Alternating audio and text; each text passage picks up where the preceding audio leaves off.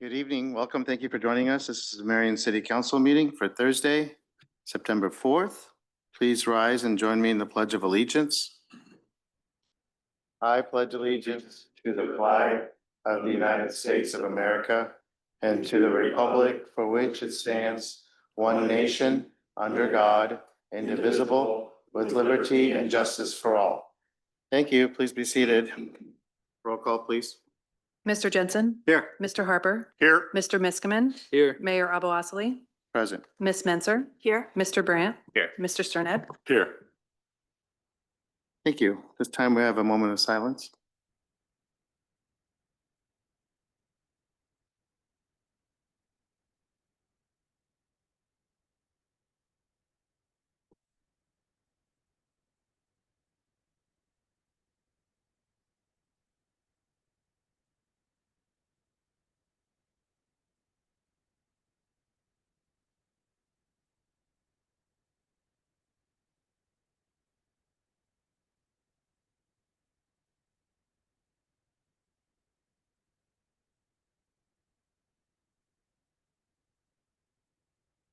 Okay, thank you. First item on the agenda this evening is the oath of office for our new police chief, Jeremy Sprague. Jeremy's been on the job for a couple of weeks, I think now, but we're happy to administer the oath of office officially and to welcome him to Team Marion. He comes with great experience and great perspective on the role of police in a community and policing, and we're happy to add him to our leadership team and as a very visible and important leader in our community, and we look forward to his service here. Welcome his family also to Marion, to the best city in America. I'll ask him to come forward and we'll administer the oath.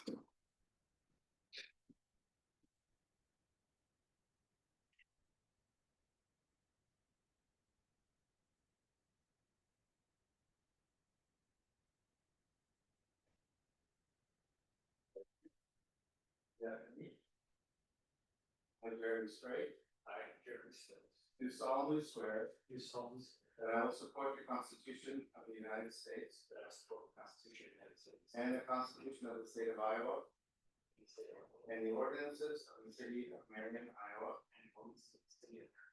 And that I will faithfully and impartially. To the best of my ability.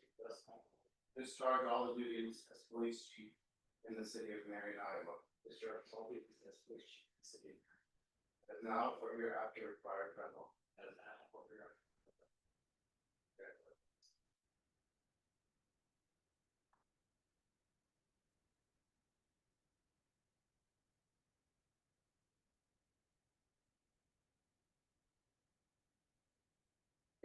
Yeah.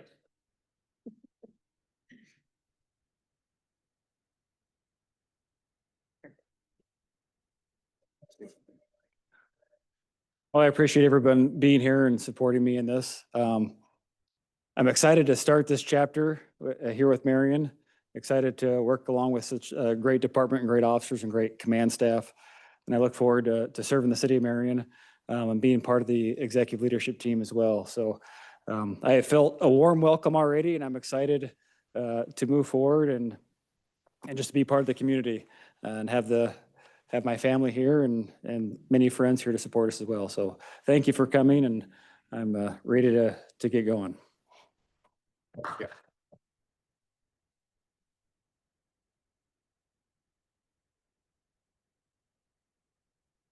And thank you to all who came out to support Chief Sprague and celebrate this moment with him.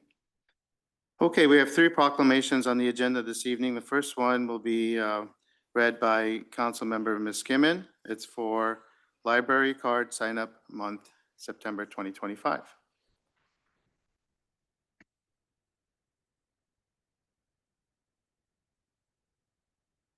And it will be accepted by Bill Carroll, our library director. Give him a couple seconds. You guys want to stay for library card sign up month? Well, I'll get started. Whereas a library card is one of the most important school supplies of all, and whereas signing up for a library card is the first step toward academic achievement and lifelong learning, and whereas libraries play an important role in the education and development of children, and whereas library programs serve residents of all ages, from early literacy to homework help to GED classes and beyond, and whereas librarians lead the way in creating inclusive spaces and developing diverse collections for people of all backgrounds to connect and learn together. And whereas libraries bridge the digital divide by providing a full range of information and services to children and adult learners. And whereas libraries continue to transform and expand their services in ways that meet the needs of the communities they serve. And whereas libraries open a world of infinite possibilities through resources and services to help people pursue their passions and give students the tools to succeed in school and beyond. Now therefore, I, Gage Muskimen, on behalf of Nicholas Aboasli, Mayor of the City of Marion, Iowa, do hereby proclaim September 2025 as Library Card Sign-Up Month and urge residents of the City of Marion to sign up for their own library card today. No. Did you want to say a few words, Stuart? Are we doing pictures? Picture first, like you can sit down.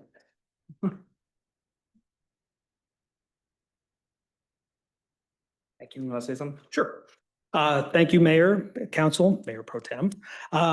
We encourage all of our residents come out to the library or find our bookmobile out in the community and sign up for your library card. Thank you. Okay, and our second proclamation is the 19th Annual Five Seasons Stand Down Day proclamation, September 4th, 2025. It's going to be read by Councilmember Sternad, and we were to have someone here to accept it, but is Joe Settler here? I don't see him. Okay, well, you can go ahead and read it, and then we'll deliver it to Joe. Very good. Whereas Valor Incorporate, in partnership with the Cedar Rapids Metro Area Veterans Council, the Iowa City Veterans Administration, Medical Center, and the Lynn County Continuum of Care will hold Lynn County's 19th annual Stand Down for homeless and near homeless veterans and non-veterans. And whereas stand down is a term used in terms of war when exhausted combat units leave the battlefield to rest and recover in a place of safety. And whereas, according to the United States Department of Veterans Affairs, the first stand down event was organized in 1988 by a group of Vietnam veterans in San Diego. And whereas today, Stand Down also refers to a community-based program that assists homeless and near homeless veterans transition to community living by providing access to human services agencies, including benefits counseling, Social Security, and veterans, employment and training assistance, eye exam screenings, healthcare screenings, housing services, legal assistance, mental health treatment, and substance abuse counseling. And whereas stand down events have been used as an effective tool in reaching out to homeless veterans, nationally reaching more than 200,000 veterans and their family members. Now, therefore, I, Randy Sternad, on behalf of Nicholas Aboasli, Mayor of the City of Marion, Iowa, do hereby proclaim September 4th, 2025 as the 19th Annual Five Seasons Stand Down Day and encourage residents to recognize the positive impacts for this event in support of our veterans and to express sincere gratitude to those who have served and continue to serve our nation.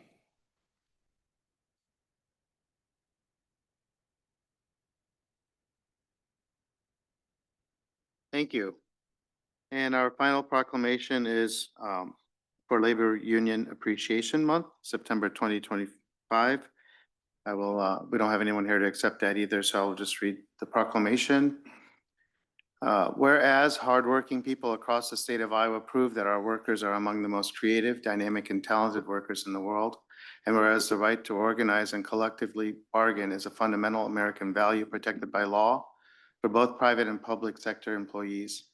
And whereas since it began, organized labor has raised living standards, built our middle class, and is the reason we have laws governing child labor, 40-hour work weeks, weekends, overtime, vacations, the minimum wage, sick leave, parental leave, OSHA, employment non-discrimination, pensions, social security, health insurance, and other issues pertaining to the safety and well-being of workers. And whereas the opportunities many Americans enjoy today exist because prior generations fought for these basic rights and values, and labor unions today continue to work for the same rights and values that have helped to fuel the growth of our economy and a strong middle class. And whereas during this Labor Union Appreciation Month, we reaffirm that collective bargaining is a cornerstone of the American dream. Therefore, I, Nicholas Abousali, Mayor of the City of Marion, Iowa, do hereby proclaim September 2025 as Labor Union Appreciation Month in Marion, Iowa, and urge residents to observe this month with appropriate programs, ceremonies, and activities that acknowledge the tremendous contribution of working Americans and their families. Thank you.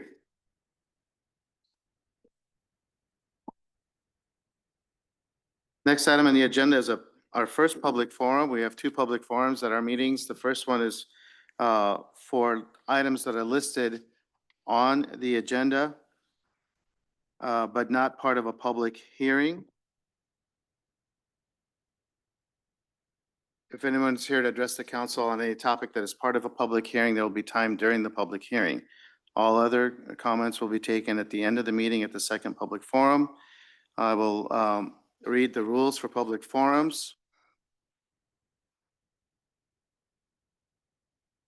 Anyone wishing to address the council should complete one of the yellow comment cards that can be found at the podium or at the end of the table where the staff is sitting. Please turn in the card to the city clerk. Please do not approach the dais where the council sits. If you have handouts, please submit them to the city clerk for distribution to the council. Once called forward, please step up to the podium and state your name and address and speak into the microphone. All persons wishing to speak are given 5 minutes to make their comments. Please do not engage in conduct or speech that is imminently threatening to any person or which incites violence or which is obscene. Please avoid repeating comments or points that have been previously shared. Speakers and attendees of the meeting should not engage in conduct that disrupts the orderly progress of the meeting or engage in speech or conduct which interferes with others' ability to participate in the meeting. And failure to adhere to these guidelines or engaging in any disruptive speech or behavior will, after a warning, result in removal from the meeting. We appreciate everyone's cooperation in adhering to these rules. At this time, we'll take any comments on any topic that is on the agenda but not part of a public hearing. Anyone wishing to address the council, please come forward.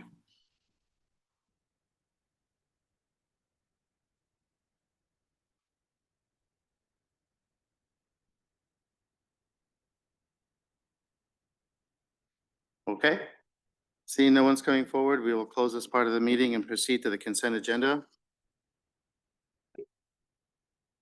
Your Honor, I move to approve the consent agenda as follows.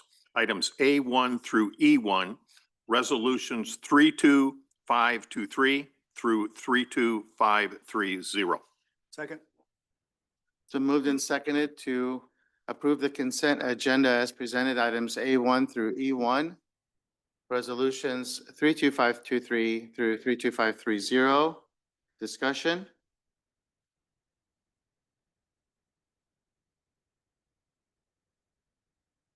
Okay, all those in favor of approving the consent agenda as presented, please say aye.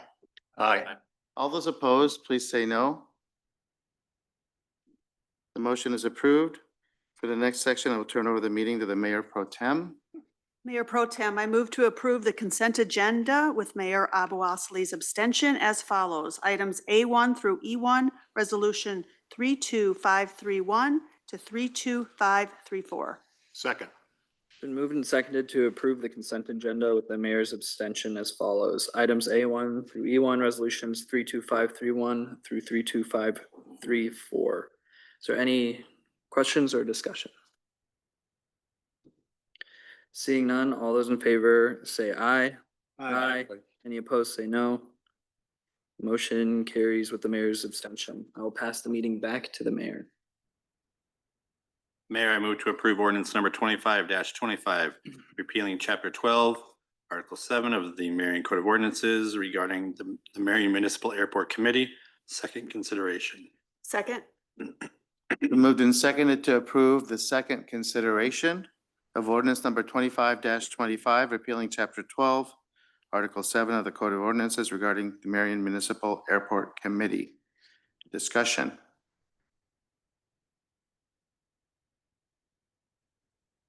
All those in favor of approving ordinance number 25-25, please say aye. Aye. All those opposed, please say no. The motion is approved. Mayor, I move to approve resolution number 32535, calling an election on proposal to enter into a general obligation loan agreement and borrow money thereunder in an amount to be determined. Second. Okay, it's been moved and seconded to approve resolution number 32535, calling an election on a proposal to enter into a general obligation loan agreement and borrow money thereunder in an amount to be determined. Do you have a presentation, Seth? Or-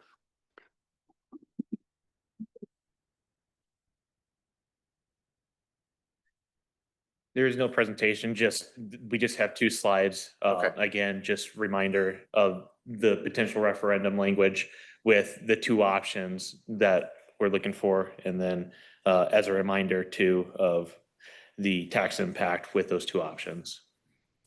Okay, thank you. So we'll take discussion on this resolution. Anyone have any discussion? If you'd like to. Start it? Yeah, I go can ahead. start. We talked about this a little on Tuesday, and I just want to come back and say, first of all, I was on the committee that looked at this, so I don't want to act like I was not a part of the conversations leading up to this. And there was a lot of work. There's been a lot of discussion. There's been a lot of back and forth. This has gone on, it feels like, for quite some time. So first up with that. And I think it's been well-directed. I think our questions have been answered to the extent with which they can be as we've worked through this process.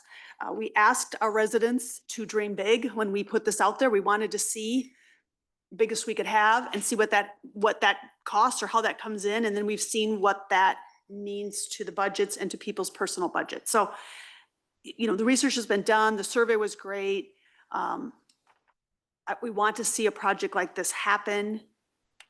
This community needs a municipal recreational water aquatics, but I think that with the election coming up in November, that we just need some more time to flush out some of the financial pieces of this. And even if that means waiting a year or waiting 2 years to take this to a vote. And I know that we don't decide, I know our residents decide on the ballot, but I want to make sure what we're putting out on the ballot is the best proposal that we can possibly have and financially be working. So that's just where I'm at on it. I'd like to see us wait and put this on the ballot in the future and not on this cycle. Okay. Anyone else? We'll go with Steve and then Grant. Okay. So I think I made my comments pretty clear on Tuesday to the extent of an agreement to move ahead with an election this year. I cannot see any significant aspects of this that have not been looked at in detail. I know discussion has been talked about looking at a private money, looking at that option. I see that as a very low possibility of happening for a project of this type. And if it moves forward, even a year from now or 2 years from now, I still see it as moving ahead using only community dollars. With that, given the 54% support in the survey, I guess I'm willing to go ahead and move forward with this in November. But pertaining to the dollar amount, I will only support the $37,420,000 amount. I will not support it using lost dollars at this point. Well, I'll take off from Steve's comment relative to the lost dollars. I feel the same way. I mean, that funding source has a variety of uses which also serve the critical public needs. So I agree with that as a overarching criterion. I also believe ultimately, we have to have the citizens make this decision. It is too big of an impact to the community on a financial basis to not provide a mechanism for them to do that, hence consideration of a referendum. At work session, I suggested that we needed an additional 2 weeks of soak time to interrogate some details. I think I've abandoned that for the following reason. What was important to me was to take additional look at the maintenance projections. And I did go in, Seth had shared with councils the project files that contained that information. I did look at that.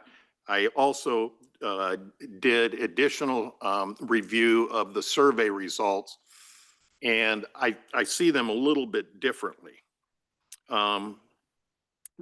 The support indicated by this survey by age for a referendum, consistently about 29% of the ages of 45 and above did not support a referendum. And the other age groups, starting at age 18, going up to a max of 64, I'm sorry, let me rephrase that. The age groups from 25 through 34 and above, there was indicated a declining interest in any cost scenario. So that caused me to conclude there is not the clarity there that is, I think, appropriate for us to move forward with referendum at this time. The final thing that I took from the survey was the playground and park pavilion received 54 and 52% respectively favorability. My worry is if we don't include those amenities, that then potentially degrades a favorable consideration of the aquatic center in total. And I know that we had discussed on Tuesday aquatic center only, standalone, no other amenities. But I think the pavilion and the playground, I think, are naturally hooked to a facility like that, given the property available. So with those additional points of scrutiny that I've taken a look at, coupled with the comments that my colleagues here on the council, I'm in favor of deferring the referendum until a later date. If possible, a year from now, or 2 years from now, whatever seems to make the best sense. And front that with some additional work in terms of promoting, marketing, if you will, the community sentiment, improving the overall I guess, representation, which might then be gauged through another survey. Okay, anyone else?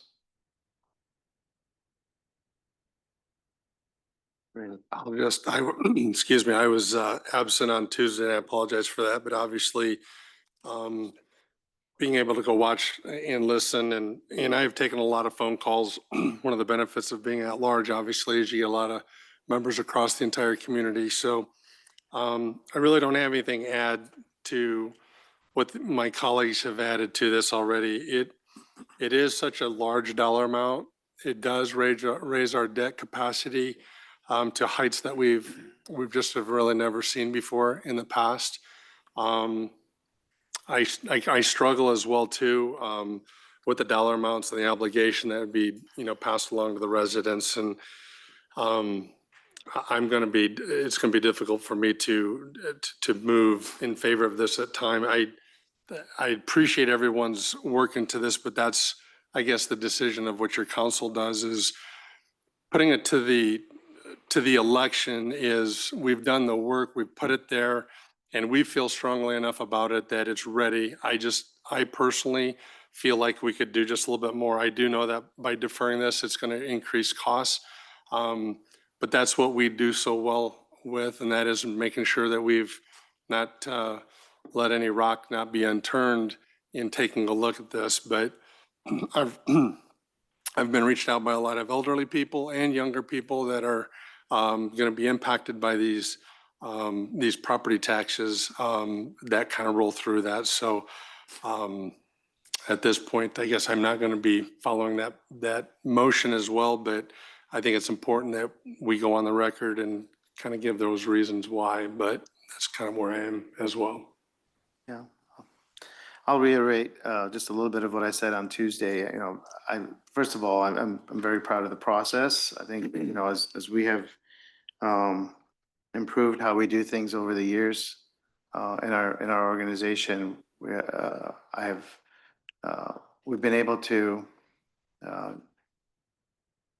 give the public confidence in how we make our decisions, that they're not made on a whim, that they're not made based on personal opinion or emotion. They're made based on good reasoning, data, studies, preparation, and no one ever promised that the end result of this process would be one way or another. We were going through a process. Because of how we do things, we've earned really great trust in our community. We've built really good trust in our community and how we make decisions and how we serve the residents and the people who live here. And we all want to give them great opportunities. I mean, we want them to have the best. We've shown that in everything we've done in recent years. We want our community to have the very best. And there was a lot of excitement about this potential, the potential of this project when we first announced it, of course, because it is an awesome project. And it's involved the community all along from beginning to now. The community has been part of the process, telling us what they want. And now that costs have been added to it and we've taken it back to the community with the survey, I think it was telling that there was a little temperament in the excitement. We didn't get the clear direction one way or another. I think people still would love to see something like this in Marion. I'm not sure they're as excited about how it's being paid for or would be paid for. And so we all take that community trust very seriously. And I know our team does, our staff, our city council. And I just think it's such a large project. The cost is so much that we want to be sure before we put it on the ballot that it is something that will be in the best interest of the community from a financial standpoint, and that I think that it's worthwhile to just slow down and revisit what it is, what it looks like, what our role is in such a project as a city. Are there other ways to get it done? Is there, a different way to do it? But it doesn't mean that it's not going to happen, or we obviously need an aquatic center. Our community has to have that, but I think that it's prudent to just hold for a little bit, do a little more work on it, and I'm sure that we will end up with the best result, because I believe in the decision-making of this group. I believe in the work that the entire team has done and continues to do, and everyone is well-meaning and wants the best for the city. We do appreciate all the work that's gone into it, several years worth of work, and lots of time spent on it, and that's very much valued. So I'm going to be in favor of not putting it on the ballot for this fall for the referendum. Anyone else?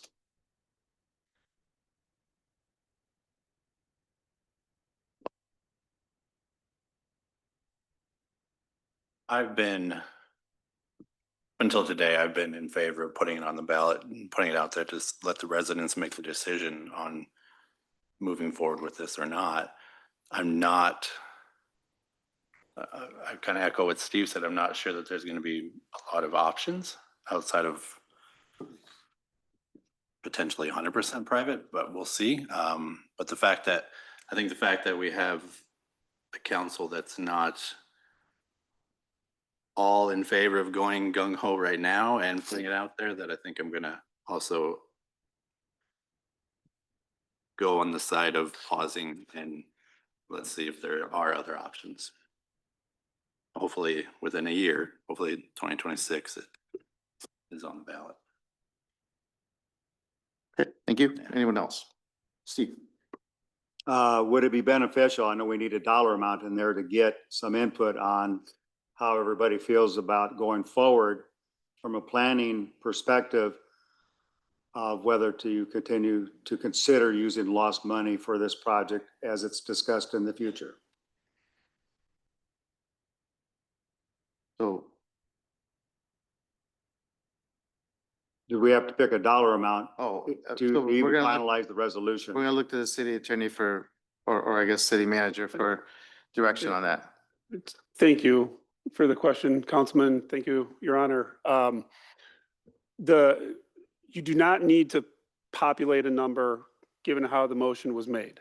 However, I do appreciate Councilman Jensen's comment in that, as we just sensing from the comments, that would be helpful to have a sense of where the council's at with the utilization of funds. That provides a little bit extra clarity for staff as we work on what's next with this. That would provide that level of clarity if council's comfortable with providing that.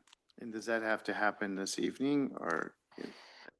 It does not have to happen this evening. This is an avenue you can do if council's ready for it. If you're not, and that's subject to further discussion and consideration on the part of council, we would establish a process to get that feedback anyway. But it is a point of clarity that would be helpful in determining next steps and as we continue on.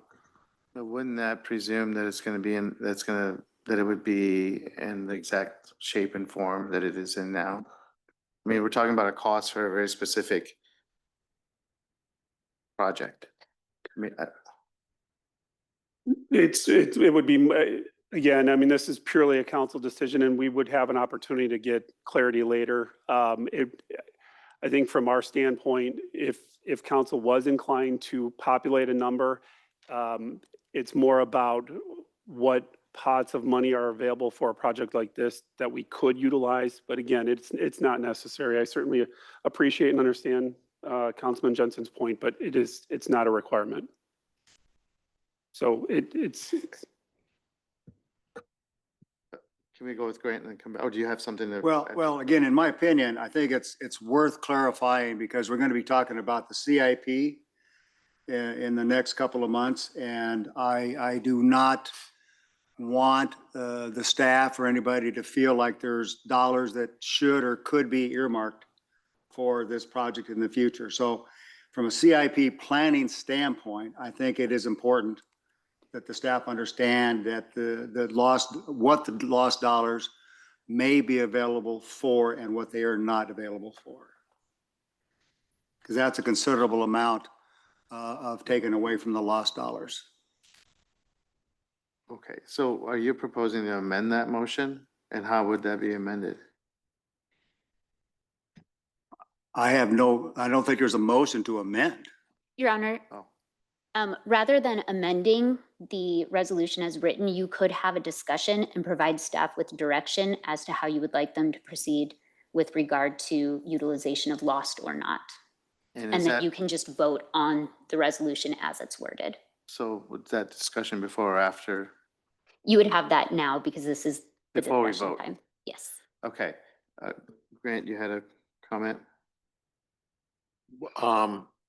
No, actually, just this, Kara's advice here kind of changed that. It seems to me what's material is determination or clarification that lost is eligible or not. I mean, that's really what we're talking about at this point.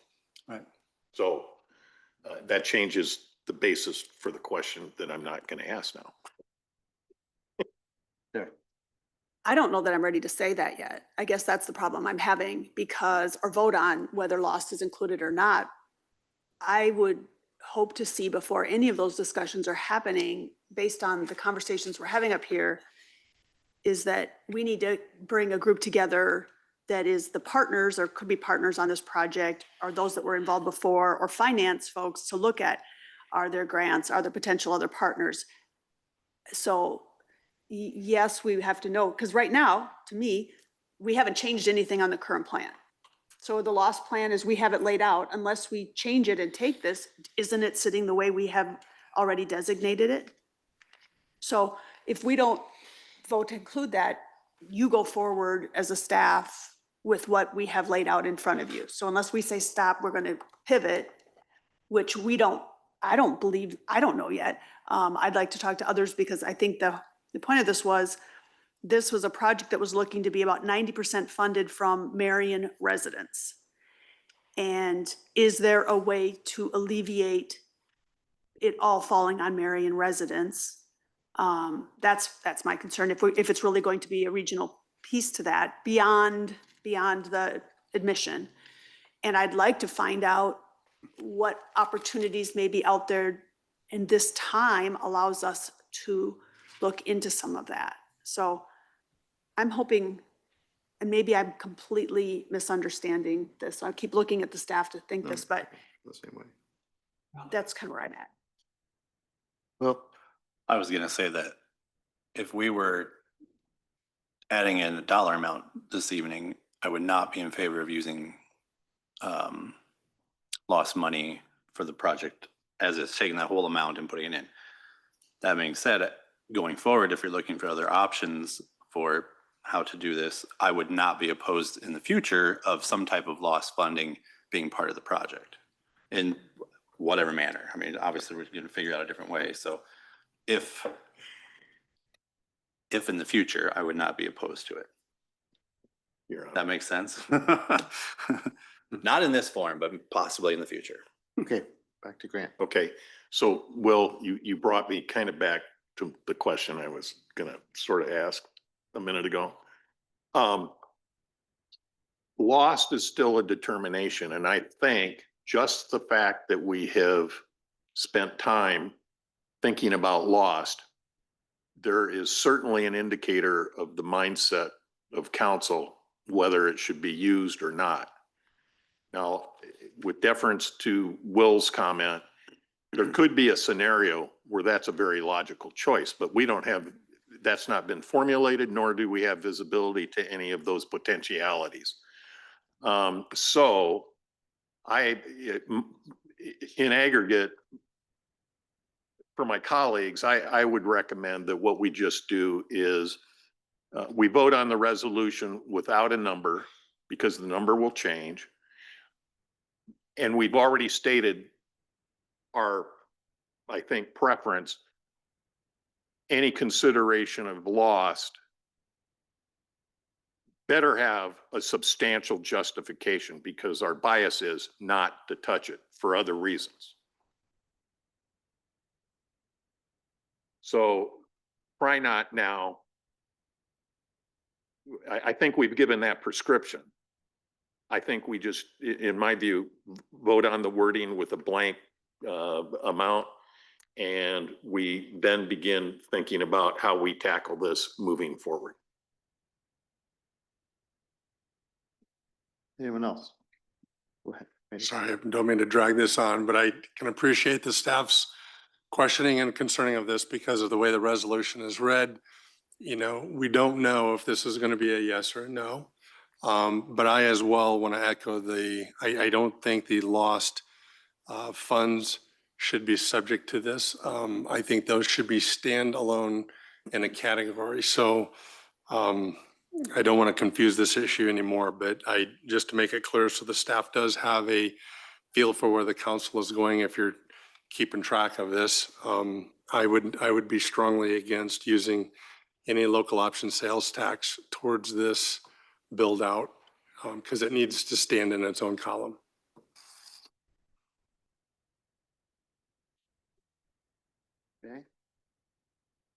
You have something to, oh, That was very helpful. So I appreciate the dialogue. That's very helpful for staff. All right. okay, are we ready to vote? Okay. All those in favor of approving resolution number 32535, please signify by saying aye. Aye. All those opposed, please say no.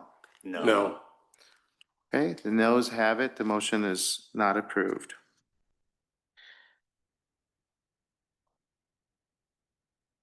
Mayor, I move to approve ordinance number 25-24, amending chapter 340 of the Marion Code of Ordinances related to district uses and specific use standards pertaining to gas stations.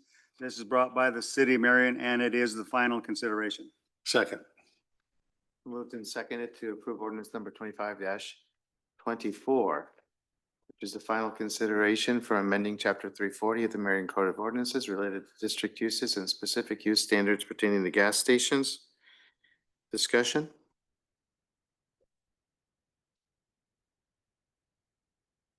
All those in favor of approving the final consideration of ordinance number 25-24, please say aye. Aye. All those opposed, say no. The motion is approved. This time we have a public hearing on the sale of portions of the vacated southern 120 feet of the north-south alley between 13th and 14th Streets and between 5th and 6th Avenues. We have a presentation, Nicole.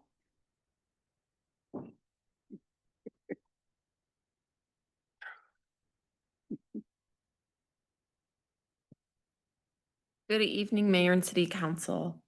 So we've got here the alleyway just north of 5th Avenue and west of 14th Street, just north of Vernon Middle School. We have had a request to vacate this alley highlighted in red. City Council at the last meeting did approve the vacation of that. What that does is it turns this piece of ground into real property that we can now sell to adjacent property owners.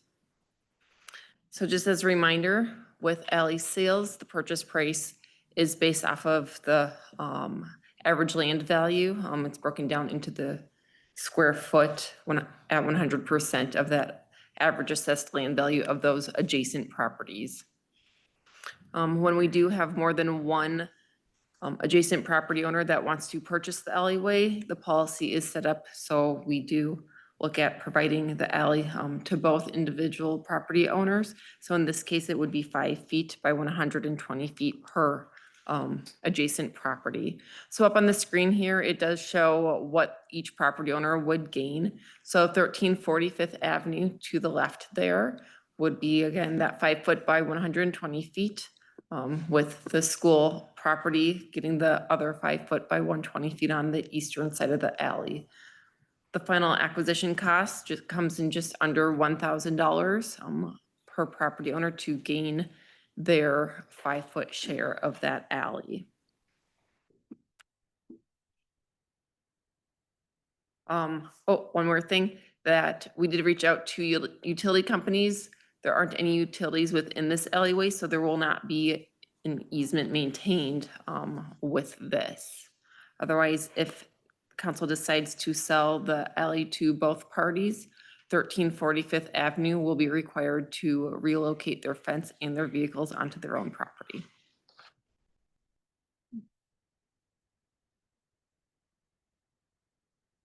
Okay. That's the presentation. The public hearing is now open. If anyone is here to address the council on this measure, either in favor or in opposition, please come forward at this time.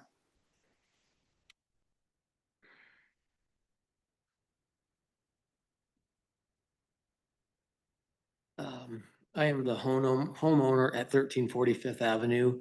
I have spoken to the school about their purchasing their half and about me purchasing my half.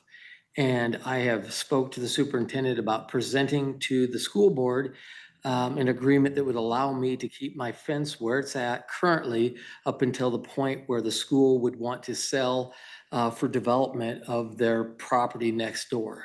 The superintendent indicated that there may be future plans for development, and she didn't oppose retaining the fence up until that point. I have contacted an attorney to write up an agreement that the school would find agreeable, where we would have a time frame of no more than a certain amount, like say 90 days upon the school notifying their request of selling their property to a developer. So at this point, as long as the city is okay with it, I'm gonna try to leave the fence there and present an agreement to the city, to the school, to present to the school board to allow the fence to stay up until development. So that's all I had to add. Okay, thank you. Anyone else to address council on this measure?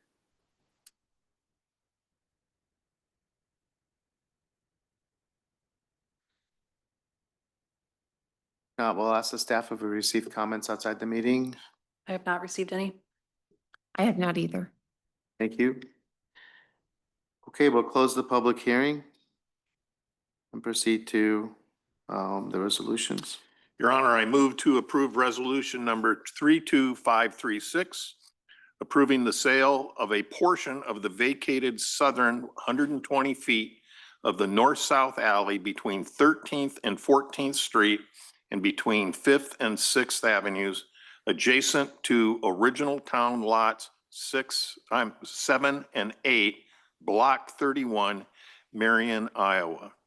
And this was brought to us by Marion Independent School District. Second. Been moved and seconded to approve resolution number 32536, approving the sale of a portion of the vacated southern 120 feet of the north-south alley between 13th and 14th Streets and 5th and 6th Avenues, adjacent to 1340 Fifth Avenue. Any discussion? Question, Your Honor? Yes. Yeah, so the matter that the resident spoke of relative to the fence, this pending this sale, that really ends up just being a matter between the two owners. Is that? That is correct. Yeah, so that the city it has no jurisdiction over that determination. Correct. Yeah, okay, thanks. And do we retain a utility easement or anything like that in the area? No, not in this case. In some cases we do, but the utility companies said that they do not have any utilities within this area, so we will not be maintaining one. Okay. Sarah? My only point is I appreciate your comments and I think that's a reasonable request and I know it's not anything that we would have control over in the end, but you know, for the record, I would hope that that's something that seems like a reasonable request and for the record, I hope that that is supported by the district as this moves forward because I understand that's put you in a situation. So thank you for bringing that up. Anyone else? All those in favor of approving I'm sorry. Roll call. Thanks for the reminder. Mr. Jensen, Yes. Mr. Harper, Yes. Mr. Miskman, Yes. Mayor Abu Osley, Yes. Ms. Menzer, Yes. Mr. Brandt, Yes. Mr. Sterned. Yes. Okay. The motion is approved. Mayor, I move to approve resolution number 32537, approving the sale of a portion of the vacated southern 120 feet of the north-south alley between 13th and 14th Streets and between 5th and 6th Avenues, adjacent to 1340 Fifth Avenue, Marion, Iowa. Second. Been moved and seconded to approve resolution number 32537, approving the sale of the portion of the vacated southern 120-foot north-south alley between 13th and 14th Streets and 5th and 6th Avenues, adjacent to original town lots 7 and 8, Block 31, to the Marion School District. Discussion. Excuse me, Mayor. Yes. What you just read is the previous one. So they had that. So that's the One- same one. I mean, that's the right one. The prior one was Who initiated it? for Mr. One was from the school. Whitlatch. I know, we're doing Whitlock now. You read it right, it's up on the screen wrong. The screen is wrong. Yes. Okay, so I was reading off of the screen. Oh, Yes, you're reading off the screen and not the, Oh. that's what I'm saying. The screen, their screens were backwards. Okay. So Kara, which one have we approved? We approved 325, 3-6. By number, you approved 32536. Correct. So you would now need to approve 32537. It just changes the party who's in parentheses after, but we're okay. Okay, As so we long- just, Yep, as long as we approve both and we are approving that both parties will get Okay. their piece of property, that's who I will draft the deeds to that you will then sign. So okay. All right. So the motion is to approve resolution number 32537, approving the sale of a portion of the vacated southern 120-foot north-south alley between 13th and 14th Streets and between 5th and 6th Avenues, adjacent to 1340 5th Avenue. Okay? Discussion.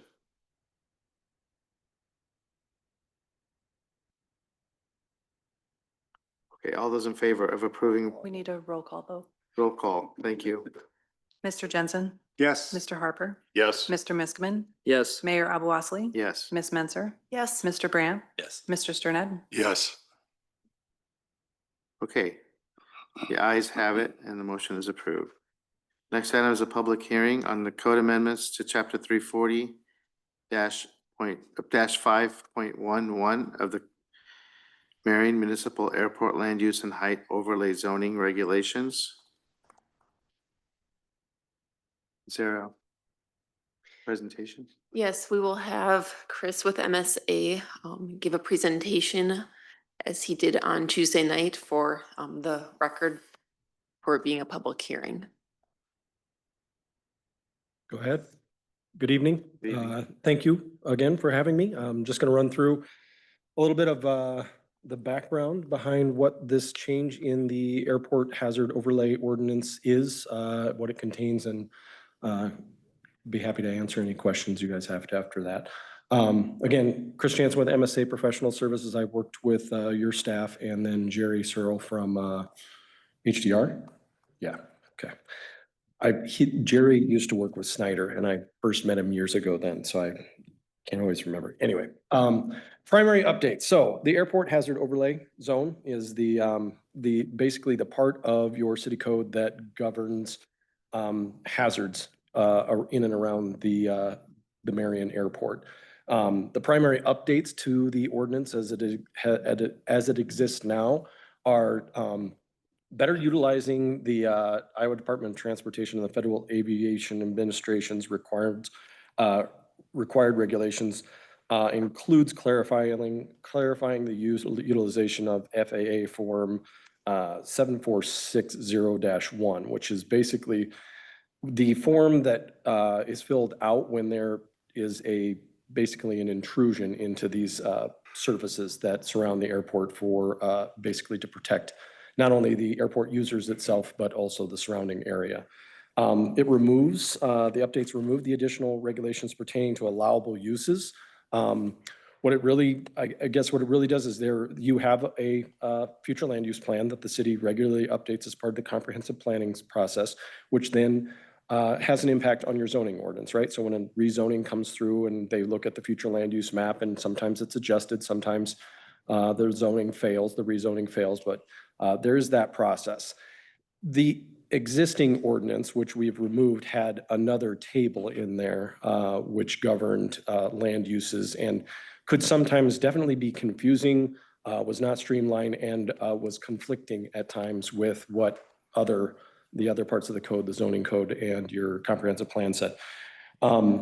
What we found through the update is that we can, based on the regulations and guidance from the Iowa DOT, which they have a guidebook that we have since referenced in that code alongside the comprehensive plan, that we can update the ordinance so that it still addresses the hazard overlays, but rely on your underlying comprehensive land use plan and zoning ordinance and that process to settle and handle those claims. It redefined the imaginary surfaces based on the current runway. One of the things we had talked about on Tuesday as well is there was a plan to have kind of a east-west, sort of northeast-southwest runway at some point. That's been abandoned, obviously, with the airport sale and some additional developments, which are later on your agenda to look at around that area. But the old ordinance was kind of written for that. So we have kind of streamlined it down to addressing the airport that is there and those approaches. It dissolves the Airport Zoning Board of Adjustment for variance request and relies on the regular city's Board of Adjustment for those types of things. Yeah, so next, oh, already ahead, okay. So this is a picture of the kind of the overlay area and the different zones that are listed in that zoning ordinance. There's some clarification, some dual listing, so people could look at a graphic like this and understand where those zones are in that ordinance and how to interpret those. And then the additional airport-related updates, we repeal the airport layout plan, dissolve the airport committee, which just happened earlier tonight, amend the future land use map designation for the runway property, which I think Nicole is going to address here afterwards, and then a rezone of that runway property. It is currently zoned civic because it was previously owned by the city of Marion, and it is no longer owned by the city of Marion. So we were putting that into, well, the proposal is to put it into planned unit development as part of this kind of a bigger picture for that. So with that, I would say Planning and Zoning Commission did hear this and approved to recommend approval to you guys. And I, again, am happy to answer any other questions you guys have on this, but mainly a streamlining of that to allow the FAA to make a determination on anything that would be an intrusion based on reading the ordinance and staff saying, hey, you need to submit this form. Basically, the FAA is going to say either you need to mitigate it, or it's not a hazard, or that it can't be built. And then the review process could move forward at that point for anything that is an intrusion. Okay, thank you. Yep. At this time, the public hearing is open. If anyone's here to address council on this matter, please come forward.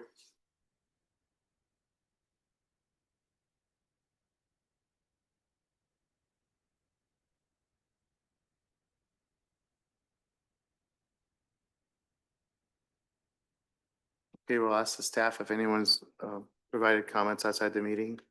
I have not received any. We have not. Okay, thank you. Seeing no one's coming forward, we'll close the public hearing. For the motion on the ordinance, I will turn over the meeting to the Mayor Pro Tem. Mayor Pro Tem, I move to approve ordinance number 25-26, amending chapter 340-5.11, Marion Municipal Airport Land Use and Height Overlay Zoning Regulations, City of Marion, initial consideration. Second. Been moved and seconded to approve ordinance number 25-26, amending chapter 340-5.11. Any questions or discussion? Few comments. Grant?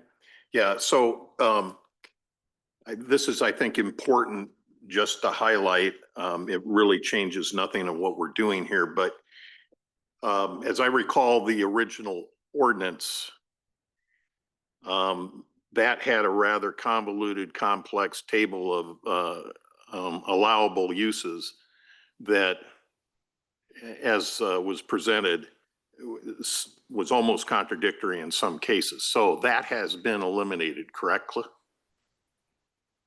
That is correct. Okay, so that's one point of simplification that is important to this and makes the document or the ordinance more useful.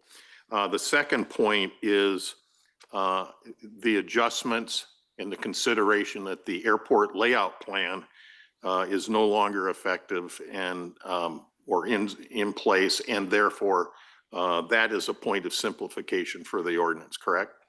Correct. Okay, and then the last thing that is important, and I don't know that I understood this on Tuesday during the work session, but the point of control for any potential development intrusions or incursions into the imaginary surfaces that are defined, that's the FAA? There's a form that would be filled out and it is submitted to the FAA for that determination. Okay, so that determination is on the critical path for a developer then to proceed? Yes. do we have any sense of the generalized timeframes from point of submittal to point of determination by the FAA? We do not. I did recently see a letter of determination submitted back to a group with a project, and that just came back, I think this week. It was submitted, I think, back in February. Okay, that's an interesting data point. The one I have been watching is for the FAA merely to update the Charlie 17 data on their airport database, and it still shows Mr. Barkalow as the airport owner.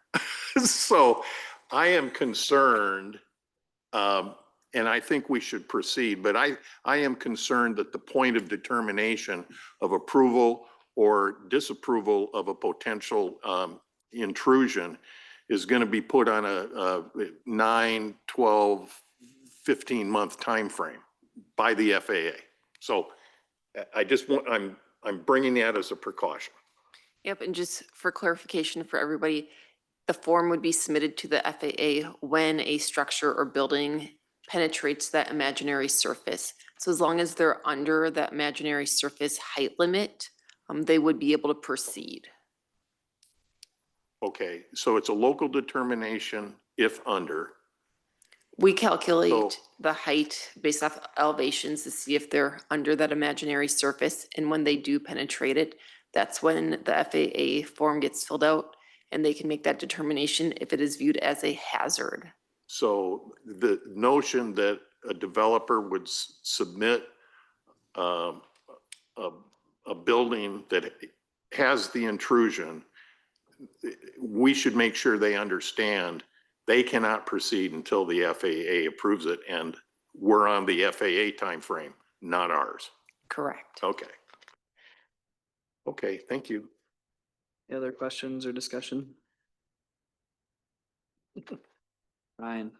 Just if it's helpful, well, Councilman, in issues with federal jurisdiction such as this, if there have been instances, not necessarily with the FAA, but with other federal agencies that we've been involved with, and we've gotten involved on behalf of our residents or customers. And what we've done is we've reached out to our federal delegation members to help them, ask them to assist in reaching out to those federal agencies to try to speed things up. We've certainly did that with our FEMA reimbursements, and our federal delegation were very helpful in that. Not saying that that is a certainty in every case, but it is something that we would pursue to make sure that our customers are getting the best customer service possible, even if it's not within our control. Okay, thanks. Anyone else? Wouldn't dare. All those in favor of approving ordinance number 25-26, please signify by saying aye. Aye. Aye. Any opposed, say no. Ordinance carries with the mayor's abstention. Next is a public hearing regarding a request to amend future land use map of the Marion Comprehensive Plan from civic and industrial to commercial, and a request to rezone property from BR Regional Business M2 General Manufacturing and PI Public Institutional to PUD Planned Unit Development for property located south of Marion Airport Road and east of Enterprise Drive, Marion, Iowa. That was a long one. Do we have a presentation? You do that in one brush. Yes, so the applicants, this does include that outlined area up on the screen. It does include the runway along with the Aircom Park development to the east of the runway. So they are requesting an amendment to the future land use map along with the request to rezone the entire subject properties to a planned unit development. So starting with the future land use map, going back into some history here, that part of the subject property was annexed in 2015 with a land use of business park office and light industrial. Part of it then was annexed into the city in 2018, where it went from some business park to light industrial and the corridor commercial. So up on the screen on that very left-hand image is the 2024 future land use map prior to the adoption of the new Marion 2045 comprehensive plan. The current land use map is the one in the center, and then the proposed is the one on the far right. So as you can see that over time, the subject property has kind of changed the future land uses based off of when they were coming in and what was the vision for this area. When this was originally designated for the light industrial, it was based off of former zoning as well, which I will get into shortly. But right now they are requesting to amend the current future land use map from civic because it was previously city owned, and light and industrial to commercial. This does allow for them to go forward with that vision that they're wanting to and have wanted to expand with. It does include some industrial uses that can be included in that commercial area, but it is more geared towards a commercial use. With the commercial use, they are wanting to create a unique destination that's centered around the airport. Again, as that destination. Commercial land use designation fits well with the adjacent industrial land use that's to the west of the property. The thing about the commercial land use is it is one of our land uses that can be scaled up, and it can be scaled down depending on what the adjacent land uses are around it. So towards the industrial area, there could be more industrial uses, potentially larger structures. To the east there, it's urban reserve. When that area becomes a part of Marion, or when we start looking at annexing towards the east there, we would have further studies done. And if it were ever to go residential, that side of the development could scale to more of compatibility with that residential uses. So that commercial land use is very flexible in how it gets developed.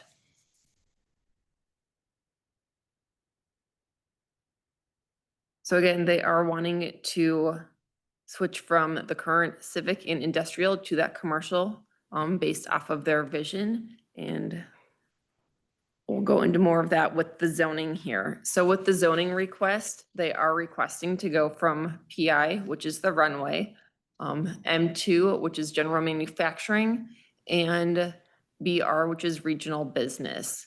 Originally, before the citywide zoning occurred back in 2022, the property was zoned restricted industrial and general commercial. The restricted industrial and general commercial allowed for a lot more retail commercial type uses just based off of how that zoning was formatted. Zoning districts kind of folded into other zoning districts. So the I-1 does have a caveat within that former district that said the business uses, they would list so many, and then it said would also include those listed within the C3 district. So they kind of folded into each other, and that's how we ended up with allowing a lot more commercial uses within that industrial zoning district. So when it was rezoned back in 2022, it went from that kind of restricted industrial general commercial to manufacturing, just again, based off of what the zoning district had been. But with that general manufacturing, a lot of those previously allowed commercial uses that could have fallen into that I-1 were now no longer permitted within that M2 zoning district.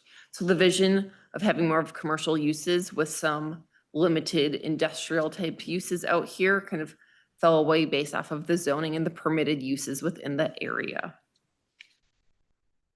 So the proposed zoning, again, they are going for that planned unit development.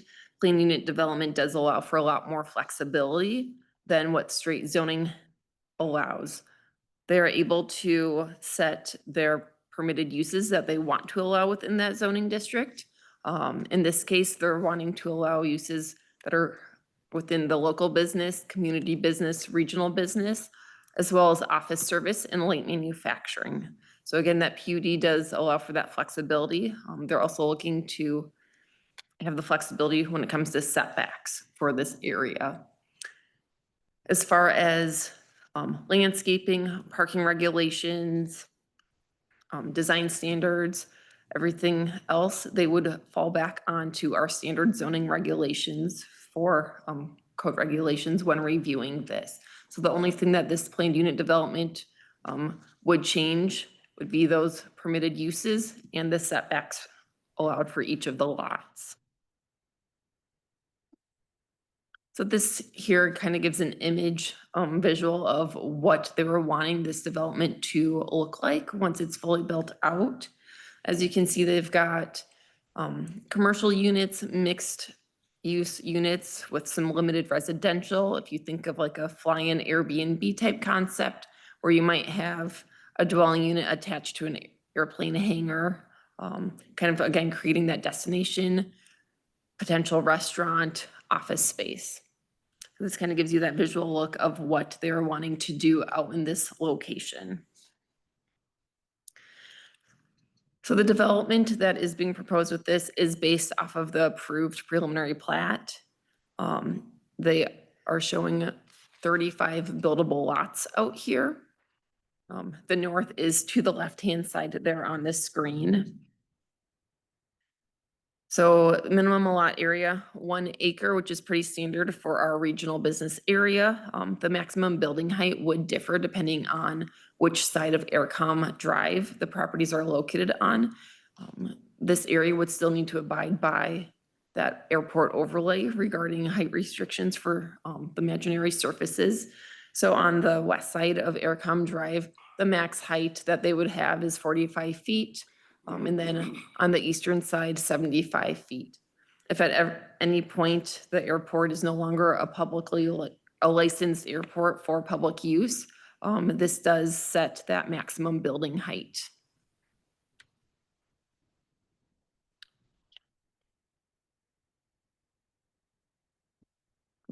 When the Planning and Zoning Commission reviewed this, they did recommend approval 6-0. They thought that the vision and uses going more towards commercial versus the heavier industrial, which the zoning currently allows for, would be a better use for this area.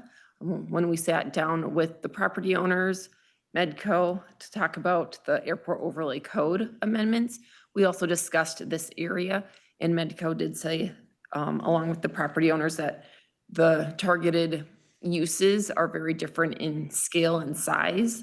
So that Medco is not concerned with what they're wanting to do on the east side of the runway. Thank you. The public hearing for this item is now open. Would anybody like to speak in favor or against this item?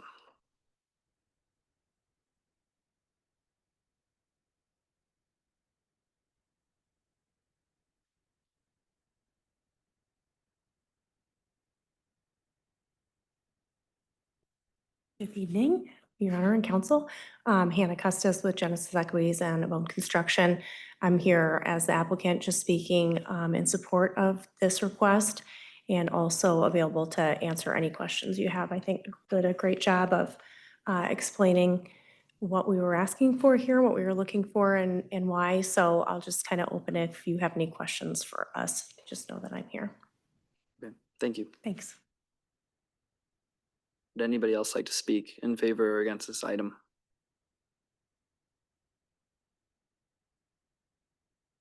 Did we get any written comments? I have not received any. We have not received any. Okay, thank you. And with that, the public hearing is now closed and we'll move to the resolution. Mayor Pro Tem, I move to approve resolution 32538, amending the future land use map, the Marion Comprehensive Plan for civic and industrial to commercial for property located south of Marion Airport Road and east of Enterprise Drive, Marion, Iowa. This is 530 Investments LLC, Luxair Aviation LLC, Aircom Caves COA, JJ Aviation LLC, Abode Construction Inc., and Genesis Equities LLC. Second. It's been moved and seconded to approve resolution number 32538. Any questions or discussion? Grant? Yeah, Nicole, currently the runway is shown as public institutional, correct? For the zoning, that is Yeah. correct. Okay. What I'm just trying to understand is there isn't anything about the existence of the runway and its utilization as a runway that is changed by turning it into a commercial designation. No, so the PI, the public institutional, is the zoning district. The current future land use designation is civic, changing it from civic to commercial. It would still need to function as that runway. It would not change of how it's being used today. Okay, so public accessibility and all of that still remains. Correct. All right, thanks. Anyone else, Steve? Yeah, I'll just make a comment. First, it took us 3 years to determine the future of that runway. And I think it's great to see it only took 3 months to come to a vision for that entire area. So congratulations to the new owners and the surrounding property owners. Sarah?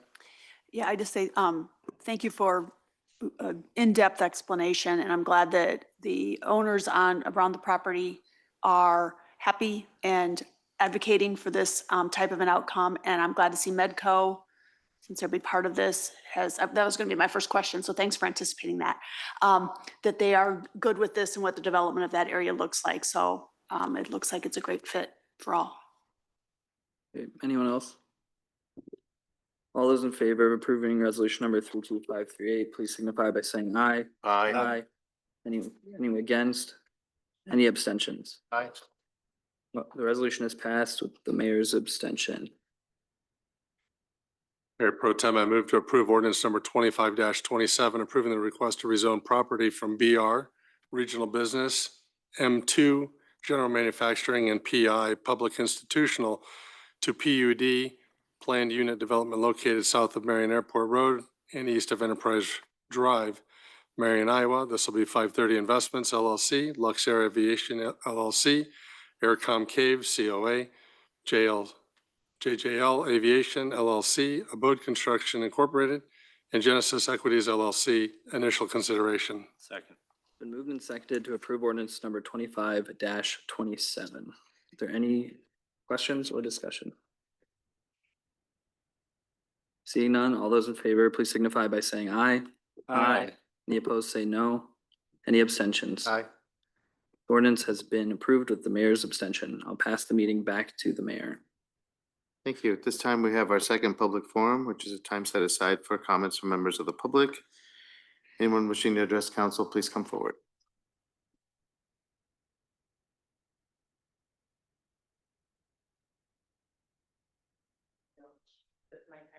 Yes.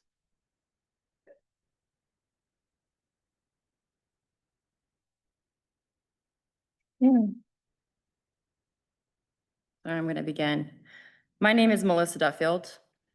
Listen carefully because this is a legal notice to everyone. My name is Melissa Duffield, and I am a civil rights advocate as well as a federal whistleblower. Some of you remember me. I'm part of the airport project, actually. I'll be speaking on that as well. This is a notice to the city of Marion. This is in accordance with USCS Rules of Civil Procedures as well as 17 and Rule 20 of the United States Supreme Court. The Constitution of the United States has overreaching requirements that every state and city must follow. For example, Clause 1 of Amendment 5 states no person shall be held to answer for a capital or otherwise infamous crime unless unpresented in indictment or grand jury. However, the state of Iowa has enacted its own alternative legislation that permits prosecution and enacts its own alternative legislation that permits prosecuting attorneys and police officers to charge by way of information as opposed to indictment. An emolument violation is when you pay a public official to break the law. The Constitution has 2 areas that enforces this. Article 1, Section 10 says, no state shall create a law that shall impair the obligation of contracts. Police officers, prosecutors, judges, cities officials are all under a contract to perform based on the oath and affirmation that they took to support and defend the United States Constitution. The 14th Amendment is the other place that you will find this reinforcement of this issue, and it is where it states that no state shall create or enforce any law that shall abridge the privileges or immunities of the United States citizens. The privileges and immunities of the United States citizens are at minimum those enumerated within the Bill of Rights. The first 10 amendments, unfortunately, the state of Iowa has enacted a law. It is inferior to the Constitution that permits public officials, judges, law enforcement officers, whom you all pay and paying each other, to violate the Constitution of the United States. As a result, there is an inordinate amount of people currently imprisoned in the state of Iowa illegally and unconstitutionally. Tanawa Downing is litigating this issue at the United States Supreme Court. I'm here to notify that you to continue to pay public officials or each other to break the law is criminal sanctions and can't come from that.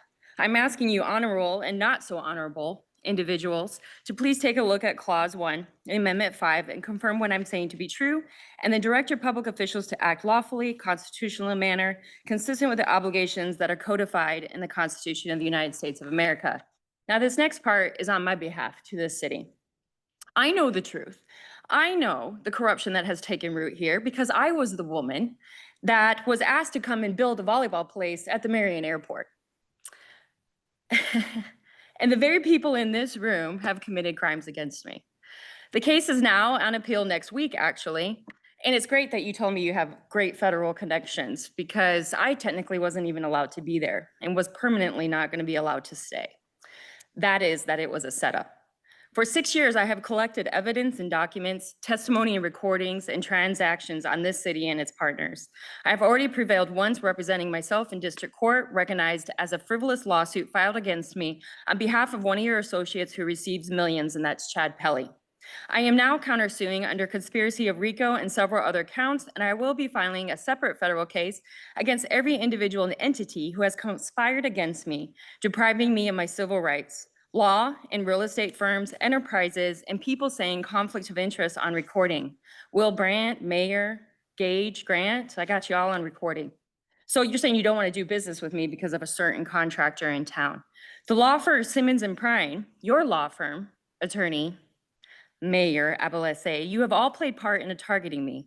Mayor, on recording, you admitted conflict of interest in helping me with my business.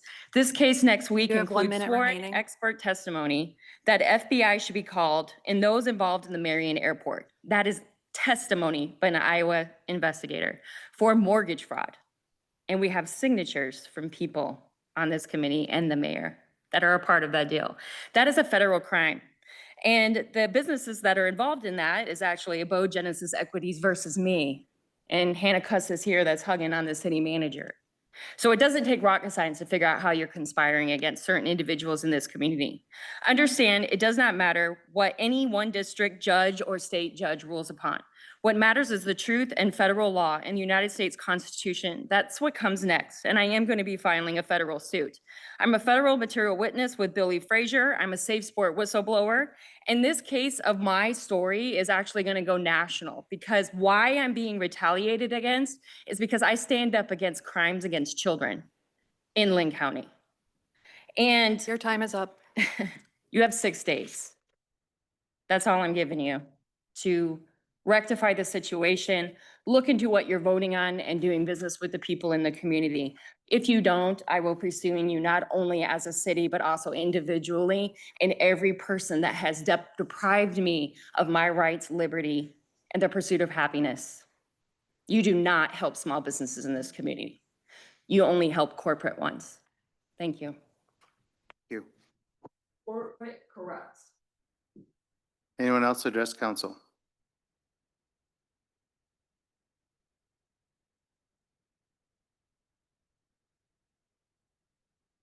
Okay, with that, we'll go on to council comments. Steve.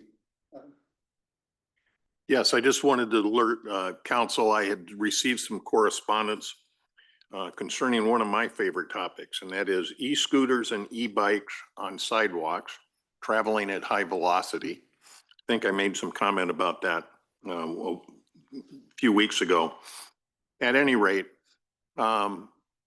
the resident that had contacted me really wanted us to take a review of our current ordinances on that, and then also assess whether or not it's possible to enhance enforcement of safe operation of those modes of transportation when they're on sidewalks. So that's the upshot, and I'll be working with designated staff to kind of move that forward.